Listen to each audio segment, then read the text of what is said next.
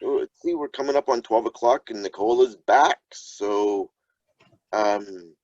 should we get started then? Yeah. Okay. I'm going to turn the floor over to Doug Docherty.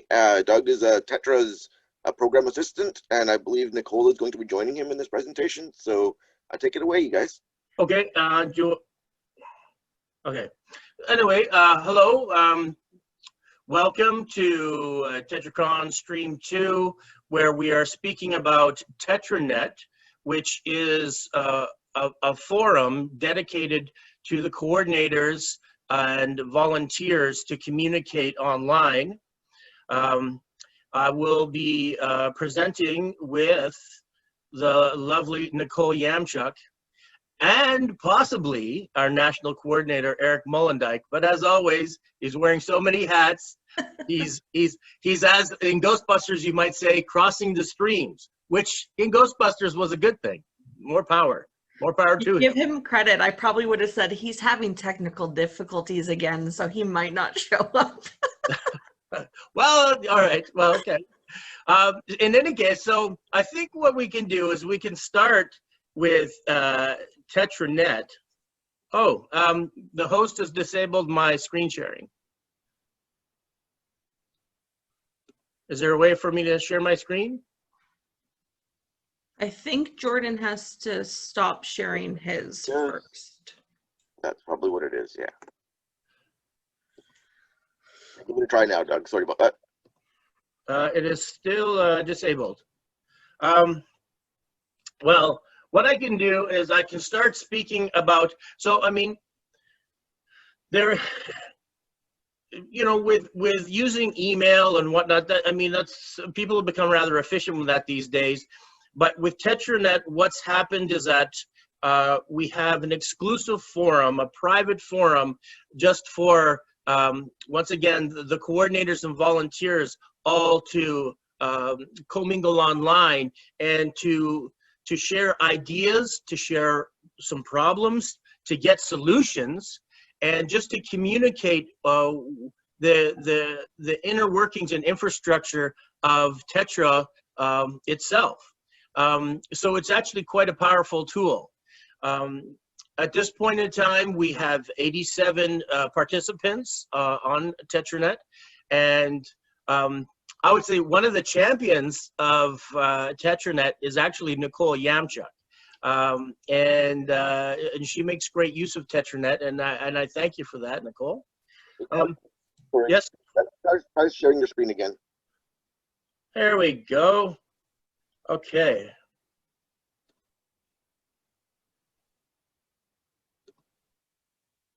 Thank you very much, Jordan.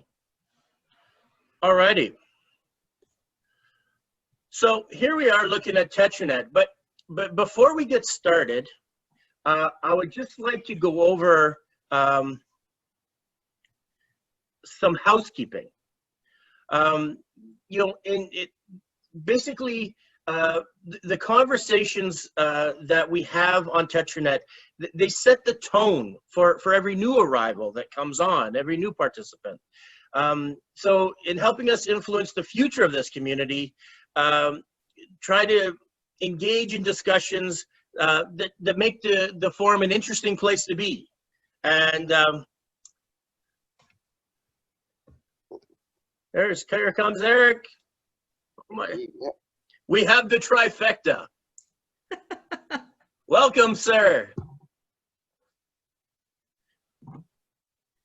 Now, if you see a problem, flag it. I am the moderator for TetraNet, and you know, with your help, we can all be community facilitators, and you know, not just janitors or police, or, you know, always be civil. Nothing sabotages a healthy conversation like rudeness.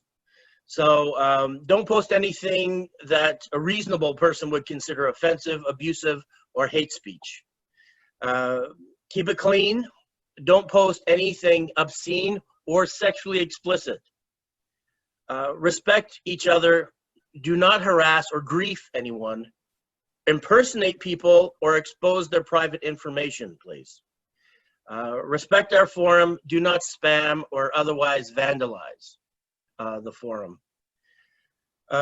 These are not concrete or precise definitions by any means, but as per our previous speaker, Taylor Wagner, was talking about our brand. This continues the brand of TetraNet. We want to continue the conversation and the communication with the essence of Tetra and its professionalism.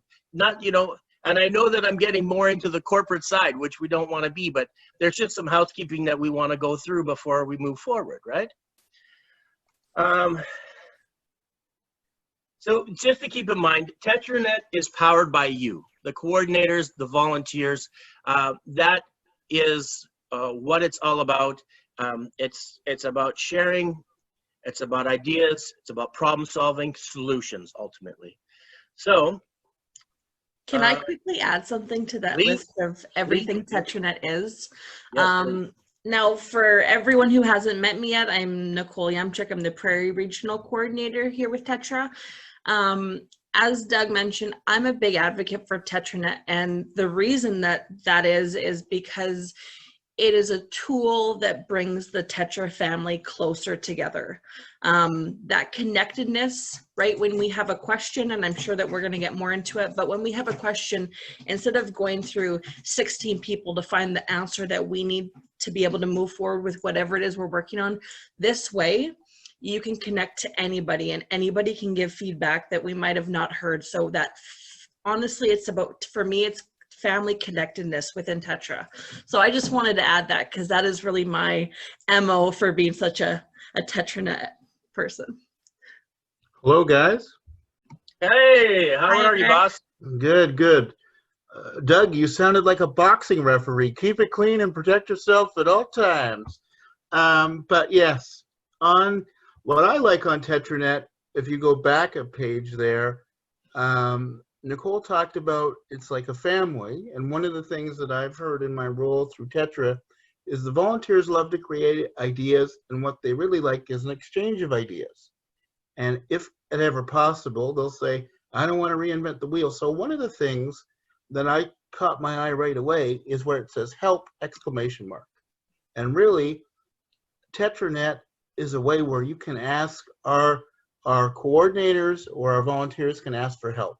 And then hopefully you're getting information in real time to solve solutions. And then, and then people answer. And TetraNet is something that is ongoing for us to promote. This was a new endeavor, but Nicole, you talked about it's kind of like a family. I know when you get a volunteer on board, you send them right to TetraNet, and maybe in your own words, you talked about, how it can be used as a tool, but what are you hoping the volunteers will get out of using TetraNet? Why do you always email Doug right away and say, please sign these people up? I have made it a point to be part of the onboarding process because I view it as an important tool. First, I do need to give, Doug and everybody who is behind the scenes kudos for developing this tool. And it really is that, it is a tool. Let's say that there is a volunteer in a chapter that has a question about, actually, I think it's mounting using magnets. I'm going to use that as an example because that is from a project here in Edmonton. It's 3 brand new volunteers. They're working on their first project ever. And if anybody knows me, I am not technically skilled. So I know who to ask. I can ask people questions that they're looking for about their project, but I'm not going to have a creation solution. And so I would have to talk to this person, they might have to talk to this person, and it might have to go 16 people down the line, which could be weeks before we get an actual answer to a solution that we need. So this way, you notice when he posted it, within a couple of days, he had responses and ideas come back from other volunteers. And to me, it is a tool that we need to keep in our tool belt. And so I know that I saw before anyways, there's some of the chapter coordinators are in this stream that are from the region that I oversee, and that's why it's important, because I've encouraged them to also participate. And I know that we'll talk about it more, but it's more than just about projects as well. There's a kudos page where you can give people shout outs. There's sections for, different ideas, different materials, completed projects that you just want to share. So thank you, Doug, for bringing that up. So there's so much. It's a tool full of tools that I think that is necessary. And so for not enough people to be on board, I'm glad that we're including this in TetraCon, because it is a huge platform that it definitely needs the recognition. And we just, like I said, I include it in the onboarding package because it's a tool that I want every volunteer that I'm involved with to have. Now, Doug, can you just click on what you did before, because I just find this so impressive. And in case any clients are wondering, we did design this for coordinators and volunteers. Client confidentiality is at the forefront as well. We really wanted a space where you could talk about a project. The client gets to give their feedback when they meet with the volunteer one-on-one. And of course, the client also has access to our project database. That's something different. If you're watching this and thinking, as a client, I wanted to give my input, you could certainly contact your chapter coordinator and they could post on your behalf. We did want to create this as a volunteer tool just to not overcrowd it. I mean, one of the things that we were told was not too many categories and make it usable. And just in the magnet one, like, it looks very clean to me, or the example that Doug showed, I was so impressed. There was diagrams, there was pictures. So this is just to give you an insight. If you are involved with the chapter or a volunteer, please be a part of this. And if you are watching this from a client perspective, if you had a suggestion, we would pass it along and post this on your behalf. And this also gives you a window, if we scroll down, kind of into the efforts and exchange of ideas. When you read this, it's amazing to me. Again, I am so non-technical. I'm just excited to get on Zoom here today. But as I read this, there's lots of measurements that may not make sense to me, 1 inch, 5 inch, whatever. But I'm going to chip in here. I had kept it on this particular screen for a second, because if, say, you were to call into head office and speak to Eric or myself and ask certain questions, you are not going to hear us say the coefficient of friction between the sliding surfaces is what will determine the resistance at right angles of the magnetic pull. You're not going to get that answer from us. No, we'd have to practice or follow a script. I have to. I talk like that. Well, that's why I didn't mention your name, Nicole. I'm just saying, if you call in the head office. You're a woman who wears many hats, but definitely Doug and I cannot pull off that language. But what I love is it is a volunteer language. It might not make sense to me or other people watching, but from this exchange of ideas, that's how projects are created. And it does look, as you can see, the font's really clean. You can put in pictures and exchange of ideas. And look at the effort that was put into these responses. This is just a spontaneous response from another member on the forum. And it just look at the detail that's gone into here. In so much as, this particular diagram. What a great resource to have at your fingertips. Yes.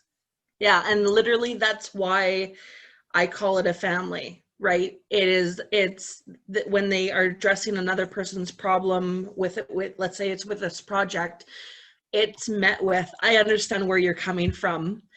They want to help, even though I'm sure that most of the volunteers going back and forth across the nation, they may not have met each other yet.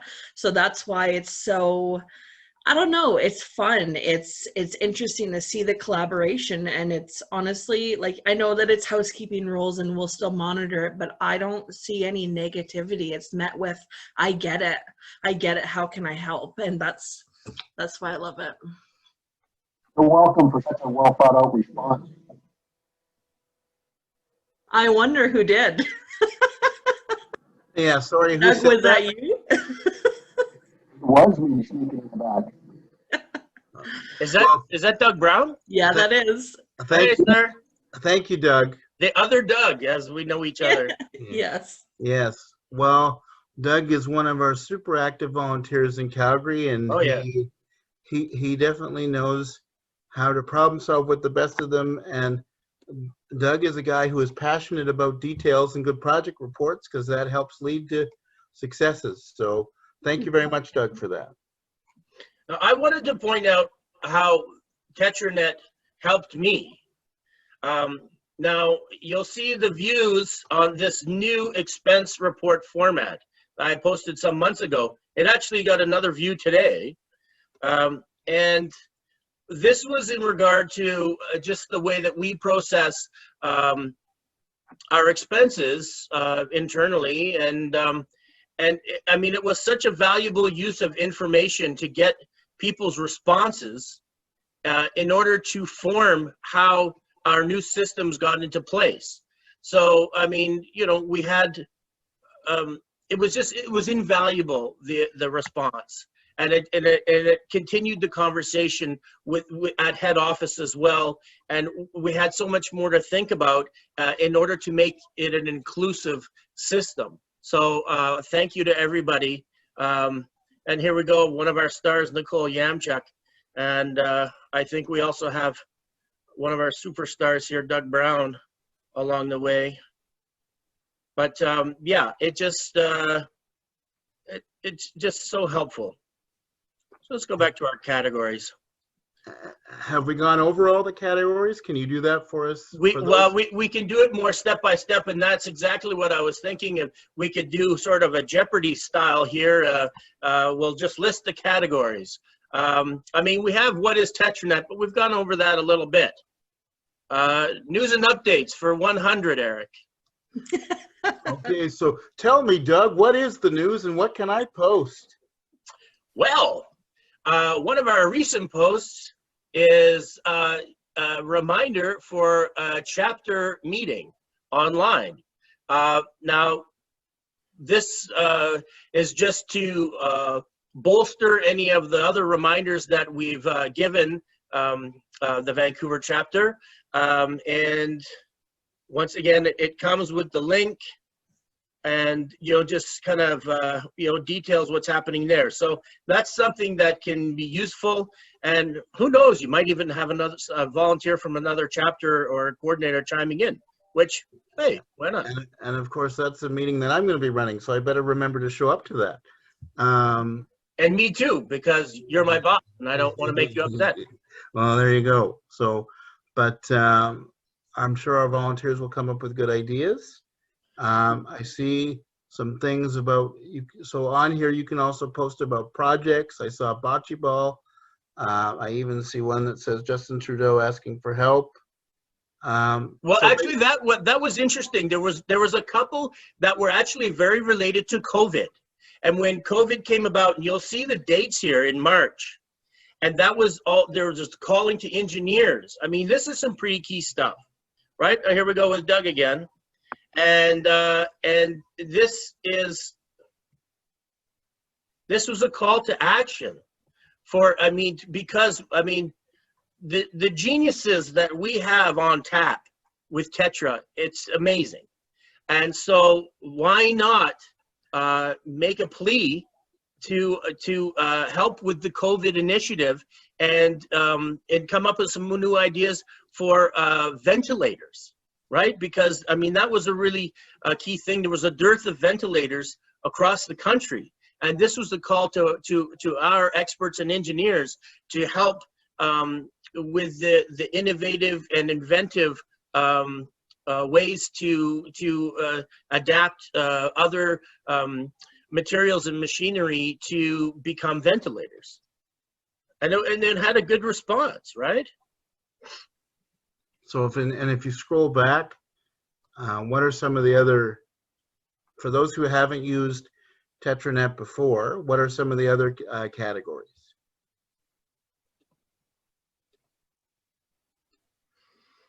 Ongoing projects for 200, Eric. So what are some of our ongoing projects? And in that note, if I'm working on a project, how hard is it to post JPEGs or pictures? How is that, if I wasn't using it before, what kind of things can I post to describe my project? When you pulled up the one earlier, we saw really thorough responses and good JPEGs and things. Yes.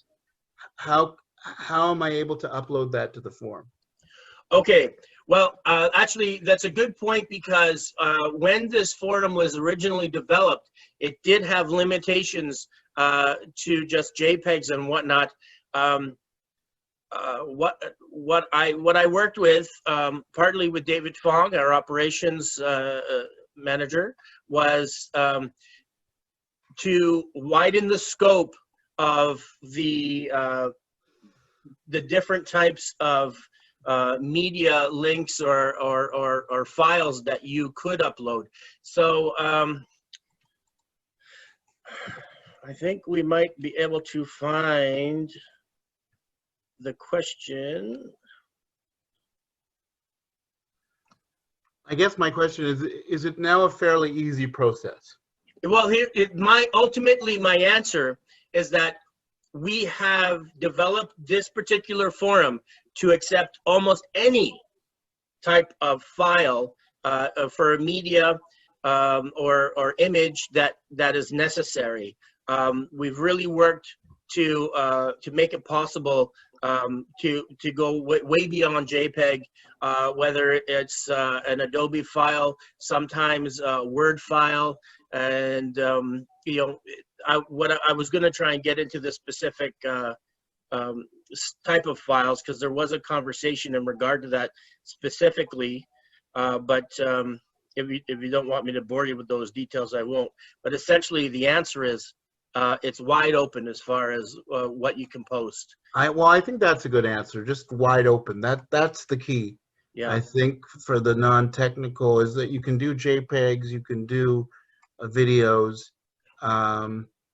and then one of the ones that I always like, that I know the volunteers like, is we have a section called equipment, and that's where they can go in and say, hey, where did you find such and such, or where did you get this piece of it? I think it's materials, actually. Yeah, so, okay. Materials and acquisition? Well, Is that, I don't see there being much going on in that regard. Perhaps. so, well, that's what it's there for, is if somebody, now you'd have to be in the same city, but if you wanted to talk about where you got a piece of equipment, now a lot of the volunteers know how to do that. So what I see is the most busiest category is probably the news and then ongoing projects, right? Well, that, and see, and that, and I think now here's a little mixed bag, where, see here that they're actually, so once again, I mean, as I was saying earlier, that it's the participants and the members that create this forum as how they are.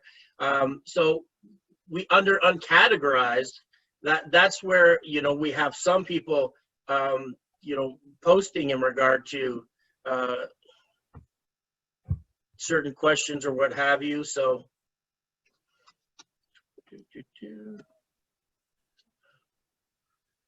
okay, and one of the ones I want to highlight, because she's the queen of shout outs, it says you can like, I saw you can give thanks, or you can kudos. definitely, yes. Kudos, right? Yes. So we all like kudos. So what you like to post things on kudos, Nicole? So you use this for your volunteers, for a job well done. What kind of kudos do you like to give?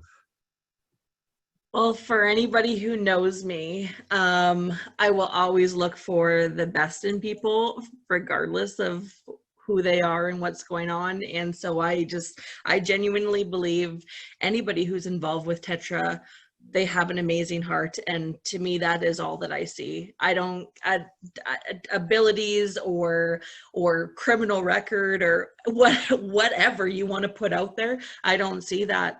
To me, it is people are here to help. And so like the post that Doug has up right now, honestly, it is just about giving yourself a pat on the back. And I even go to say, whether you use your hand, your foot, or ask a friend to do it for you. To me, it's just recognize that what you've done with Tetra is important. And so, I don't know, I don't get to talk to everybody across the nation regularly. So that was my effort to bring some positivity to light. Now, I do have one concern. Just one, okay. Well, you've written in here, just do it. So I knew you were going to bring that up. Are you worried about copyright and licensing? I am. I'm worried about royalties here.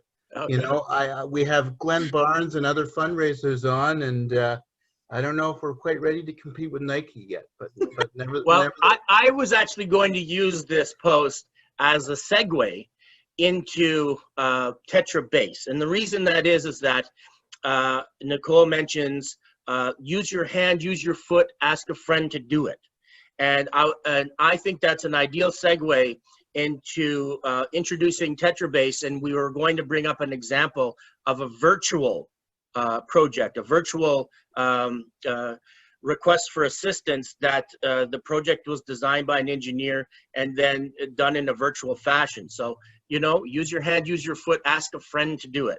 Okay. So that sounds good to me. I just want to make sure or ask a question. If you wanted to join this, Yes, sir. What would be the steps for those who maybe didn't hear at the beginning or are wondering how I'm a volunteer or I work for Tetra? How can you join the forum?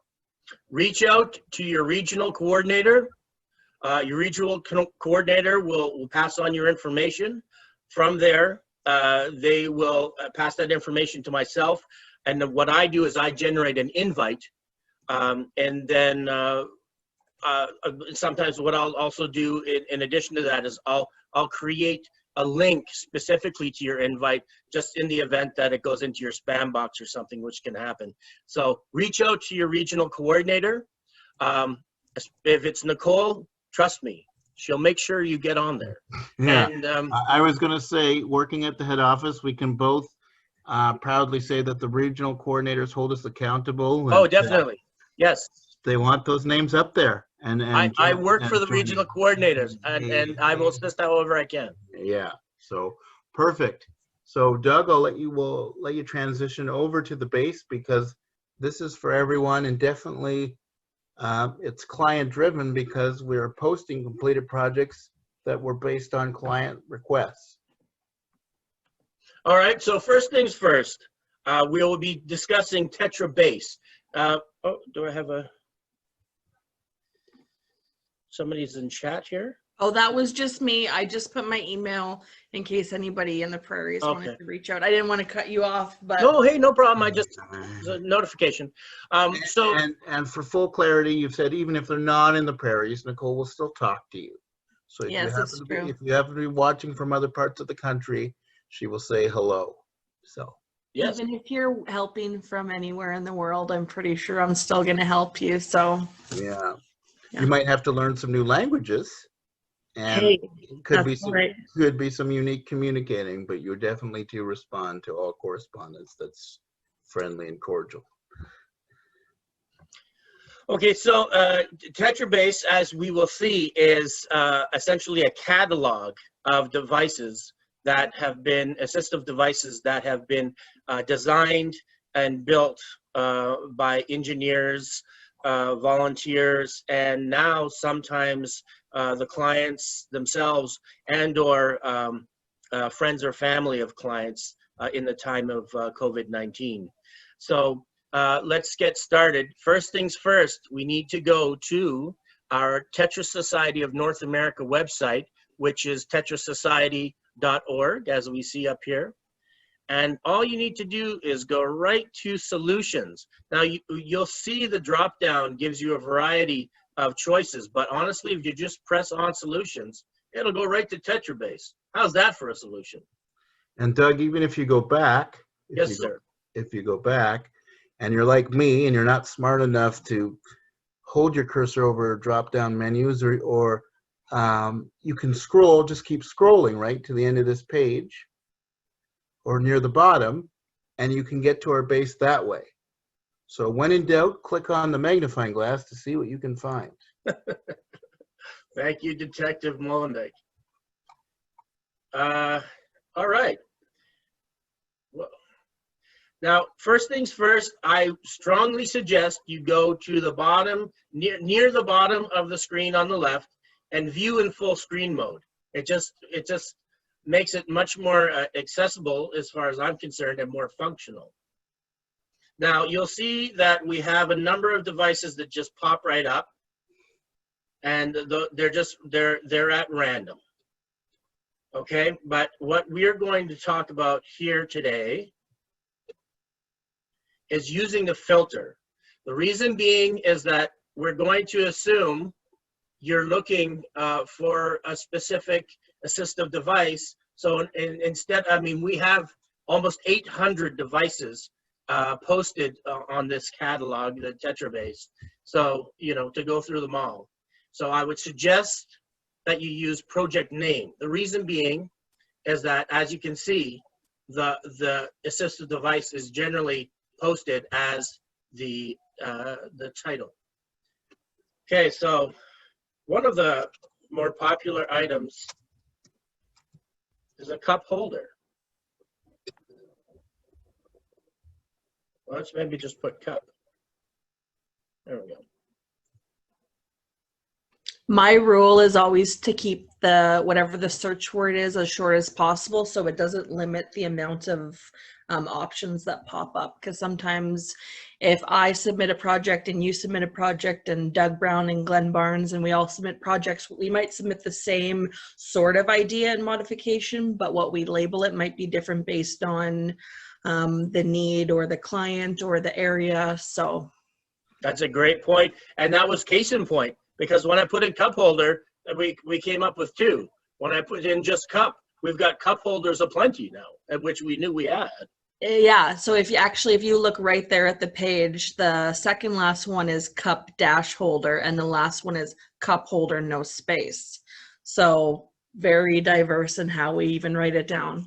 And the other thing I noticed just by putting that in is we have a project from Calgary, and it showed up because of suction cups. Mm-hmm. So even just by doing that, it can help you discover other projects. So that was one thing I wanted to point out. When you're looking at this and you see these numbers, that's in honor of the chapter that created it. So we see a lot of Calgary, we see some Hamilton, Vancouver. So it's an abbreviation for the city.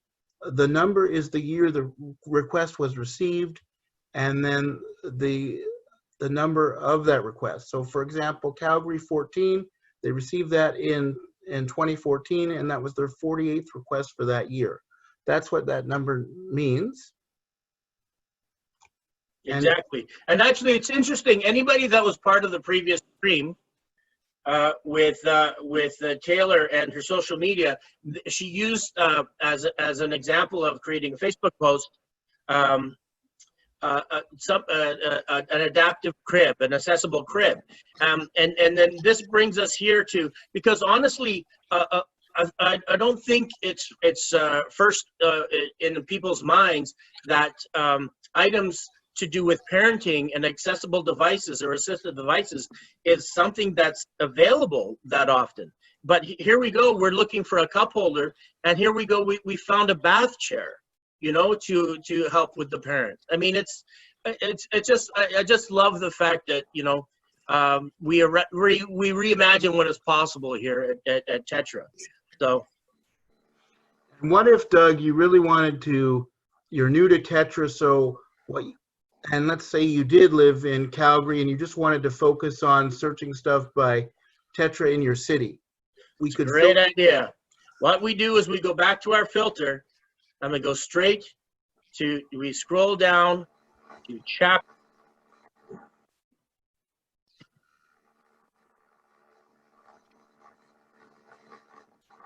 And we know Calgary is a busy chapter. And here we go. So we have a variety of things. Here we're now what happens is there's the volunteer is not always able to provide images. So that's when you get Tetra Society logo. That's just something that allows me to post. Oh, here comes our big boss, Ruby. Hi, Ruby. So, yeah, so this is, there's of course a multitude of projects submitted by the Calgary chapter.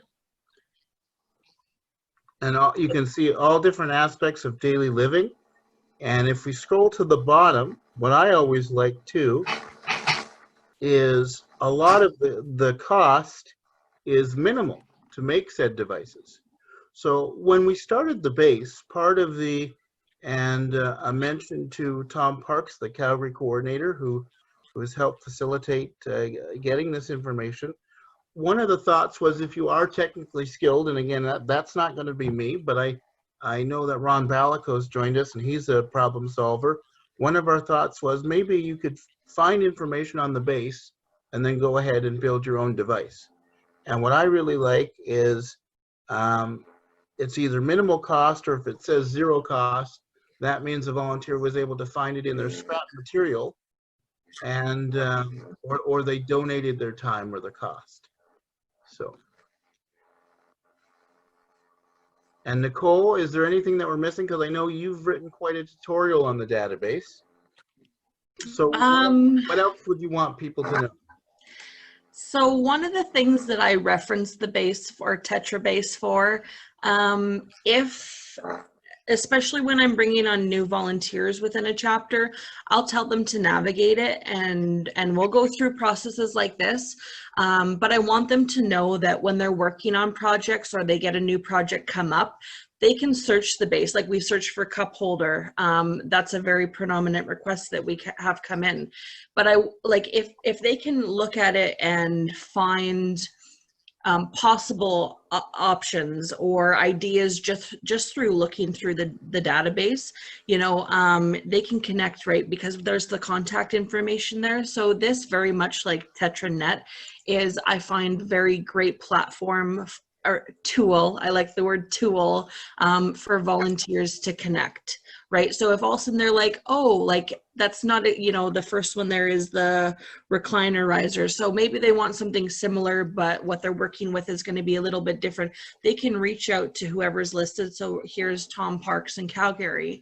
They can reach out and be like, you know, I'm just looking for ideas or what kind of material you used, as another resource on their projects. Because like Eric, I'm not technically skilled, so I'm not going to have the answers to something like that, but I will know where to find them. So either I can look on TetraBase myself or connect others that way. Yeah. So for me, it's a great tool to advocate for. And if you are looking on the base, if you are a client, again, we don't put clients' names, we don't put the volunteers' names. When Nicole says contact information, it's contact of the coordinator's email, and then of course the coordinator will let the volunteer know, hey, we have interest in the device you created, and hopefully the coordinator can follow up and it leads to an RFA. But definitely people's confidentiality is of the most importance, and we want to say that, you know, this is how far the database has come currently, and that we're always looking to you know, improve it or open to ideas of ways that would provide people with more information. So definitely thanks so much to the volunteers that have got us to 800 projects, but we're definitely not looking at this as a completed tool, as Nicole would say, or resource.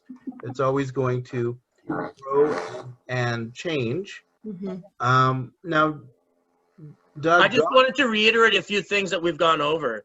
Now, as Eric had mentioned earlier, this is a short form for Edmonton in the project number, right? And then from there, as we were just saying, the coordinator contact is Edmonton AB at Tetra Society. So if this is something that you find that you or someone you know needs, then you have the contact right here, and that would go to Nicole. Yeah. That's true. And I mean, here we do have a materials list here. It is a file, so it is accessible, but I'm not going to go into showing you that now. And then of course we have some images of how the project came out for the wheelchair accessories. And now I think it's also essential that we go over some of what happens is that when we receive an RFA, which is a request for assistance, essentially it's somebody asking us or telling us about something that they need. And so that is described as a problem as far as TetraBase is concerned. Client uses his wheelchair on a daily basis, would like a cost-effective wheelchair accessories to utilize while running errands, enjoying outings. A specialized store nor dealer had these for sale at the time. And that's one of the questions is with an RFA is, are there any commercial items available? Obviously this was not. So, well, this one said that there was 3 commercially available accessories. A cane, clip, cup holder, and wheelchair bag were purchased. But here's the thing, they were then mounted on the client's wheelchair. So that's where the volunteer came in and saved the day. And another important question, Doug, if Doug Docherty, because I know we have other Dougs joining us, how can a volunteer submit a report? Okay, so we'll go back to our good old Tetra. Okay, so here's our volunteers.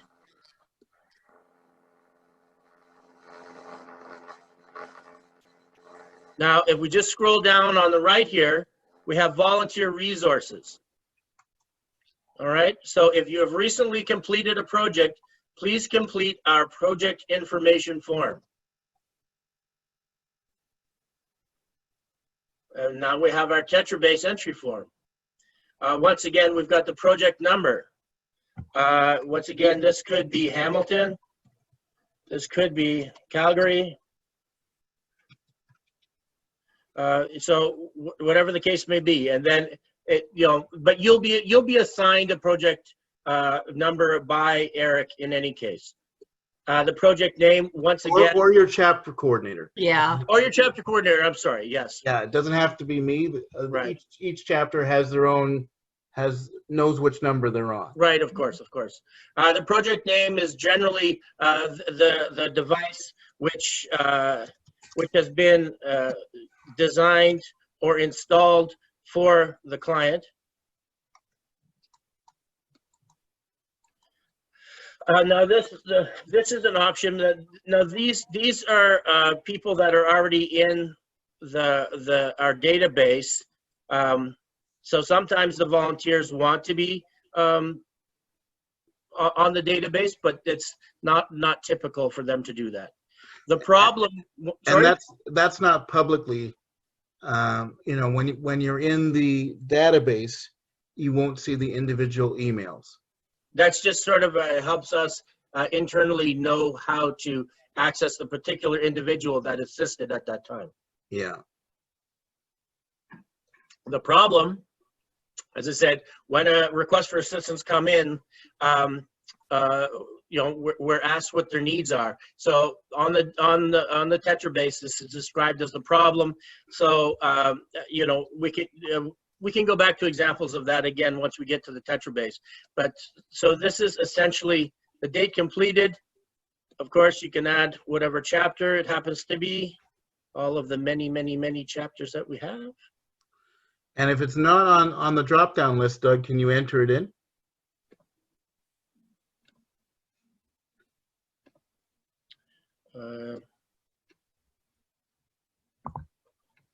I don't believe so, actually. Something we have to do. But Yeah. So we'd have to take the closest. We'd have to take the closest one. yeah, But we always could describe in the text which was the chapter. yeah, And sadly, as you can see, there's no Hawaii chapter. no. And to Nicole's disappointment, there's no Yukon yet. We're going to have a TetraCon in Hawaii once we start a chapter there, though. Okay, well, start fundraising now, my friend. Start fundraising now. Deal. Now you'll see here just as a cost estimate. The thing of it is that a lot of the volunteers are engineers or experts in various fields, and they are volunteers, so there is no cost for their time, which is amazing. So in terms of the cost estimate, that could be in the hundreds of thousands of dollars for the experience and the knowledge that's brought to each assistive device. So the cost estimate would be huge if that was included, but as it's a volunteer aspect, we don't generally ask that.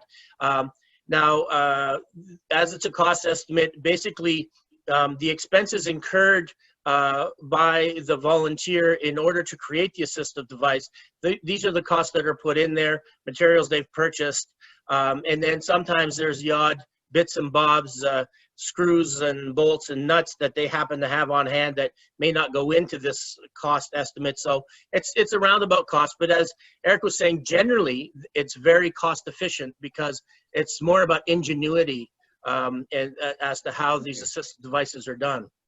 The time to complete in hours, that's just asking of the volunteer, you know, how many hours it was to complete the project, and that gives anybody else an idea of how much time or commitment needed in order to do an assistive device, a particular assistive device.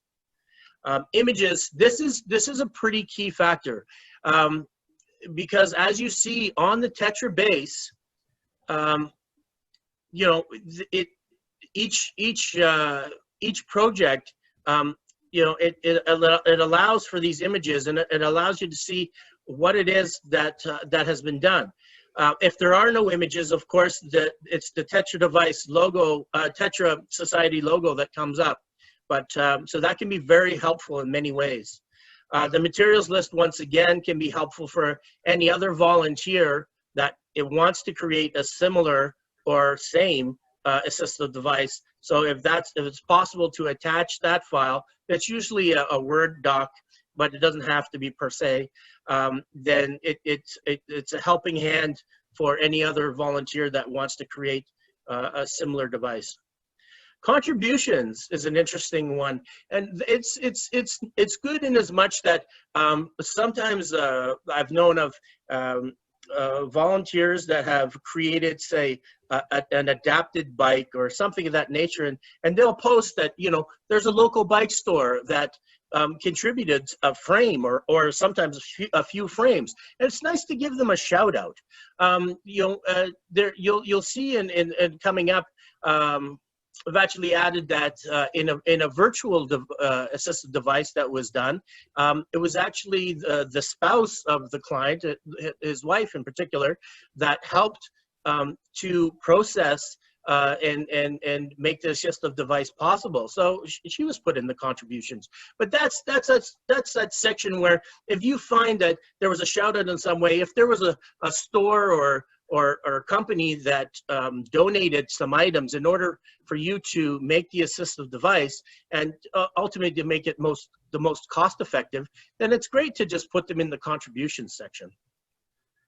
I'm going to just add something there. It ties in with this a bit. So first of all, I cannot tell you the number of times when I have new clients reach out to me and they say, well, I saw on your website that you've built something like this before. Can you do this for me?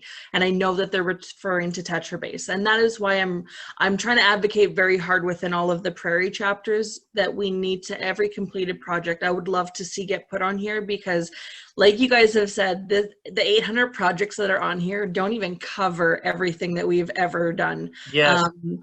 This is the tip of the iceberg. I know that as a fact, and so what we're capable of is just out of this world amazing. But how that ties in with the form that we were just looking at, so as somebody who does a lot of the fundraising and partnership mentoring, I suppose, a lot of funders will ask, how will they be recognized?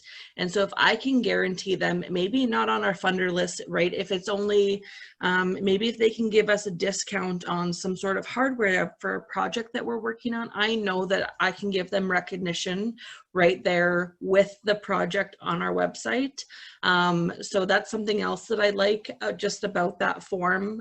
So if that ever comes up, like Doug mentioned, you know, if there could be people who have helped, but I also like to give shout outs to funders as well, or sponsors of the project. Sometimes we partner with other organizations where maybe they were the one who referred the client to us, where we can then give them the recognition that they deserve, because honestly, at the end of the day, we want to nurture the relationships with everybody in the community, but at the end of the day, it is about the clients. So yeah, thank you. So I apologize. I have to check back in on stream 1. Doug, I know you wanted to show a video. Yes, sir. So I'll leave it in your guys' capable hands to end on the video. And in the time that we have left, if there is any questions, shout them out or put them in the chat. I'll leave you in Doug and Nicole's capable hands. I know that there is a speaker on this stream coming up as well, which I think is Sylvia Balico. But I just wanted to say thanks, Doug and Nicole, for helping show the base. And yeah, just keep adding your projects or looking up your projects. So thanks very much, guys. Thank you, Eric. Thanks, Eric. Nicole, if I could ask you a favor, I don't have the ability to see chat, but I see that there are some chats coming up. There's 3 chats. 3. There's only one that's public that was posted by me. The other ones are going to be private. Okay. All right. They just kept. And honestly, I think it was just Taylor saying that we should look into wrapping up because we've got 8 minutes. There's 10 minutes left to go. Yeah. No, that's great. I mean, that's perfect. We've Eric allowed us the segue to finish off here. Now, the reason we're bringing up this particular project is because it's in regard to COVID-19, the pandemic that we're going into, the social distancing, and in everybody's safety. We're developing virtual assistive devices and projects. This in particular, as you can see, it's the image doesn't give you too much, but I'm going to show you a video shortly. A voice-controlled door opener. Now, the client is a quadriplegic, needed to be able to access and exit his house independently. Now, here's the kicker. The door opener was designed by, all parts and materials were ordered by the volunteer engineer. The Google custom home voice commands were programmed by the volunteer engineer and then shipped to the client. The volunteer engineer made 3 separate instructional videos. The automated door opener was installed by the client's wife over the weekend. Now, this was just completed in April. Now, you'll notice that the cost estimate on this one's rather high, simply because automated door openers don't come cheap. But this cost was actually covered by the client. They had the capacity in which to cover the costs.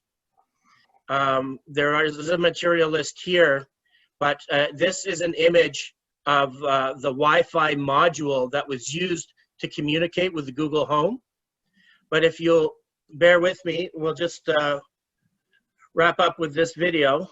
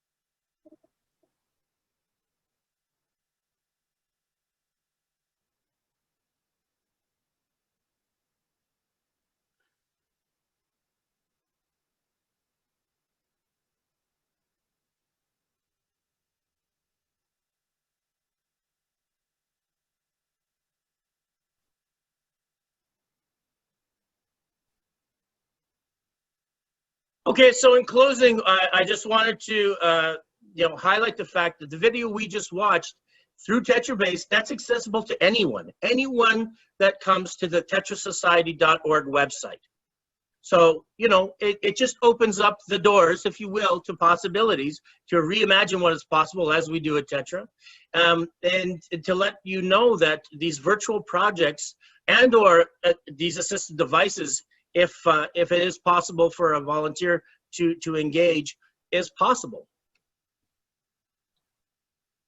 Nicole, you have any closing comments? Does anyone have any questions before we run out of time? Yeah, that's a good point.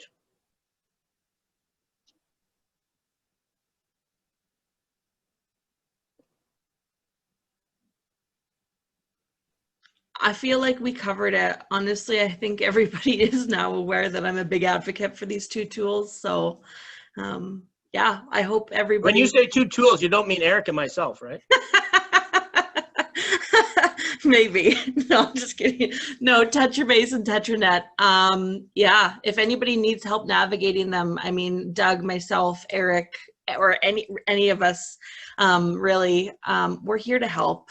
I know that sometimes technology doesn't come easy, especially for me. I am not tech savvy. Honestly, I was afraid that I wasn't going to be able to screen share for my stream before.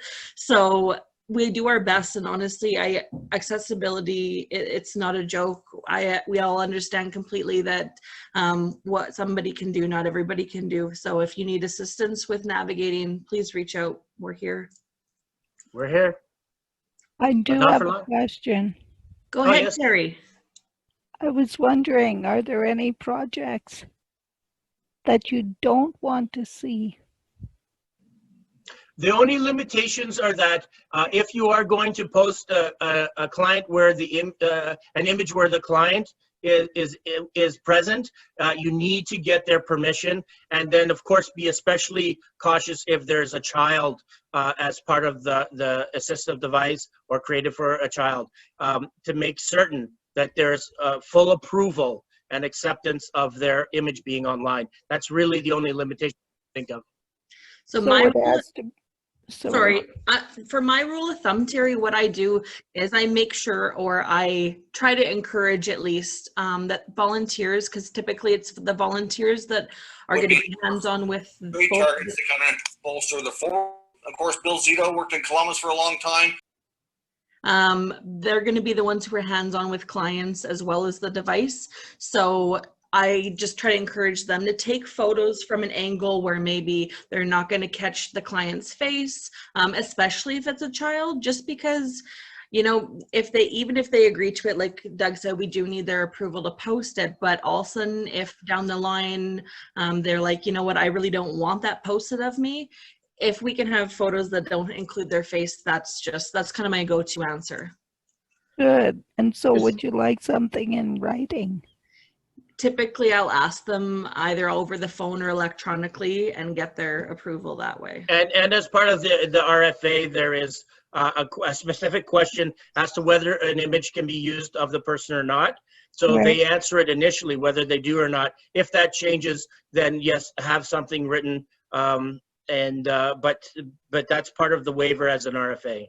That's what I was going to ask. I mean, originally already on the RFA, it says, would you wish or provide us with pictures or video? Yes, thank you, Ron. Yes. Yeah, great. That's great. The other thing is I found software where you can cloud out their faces now, so I find it very useful. Well, we are at 12:59.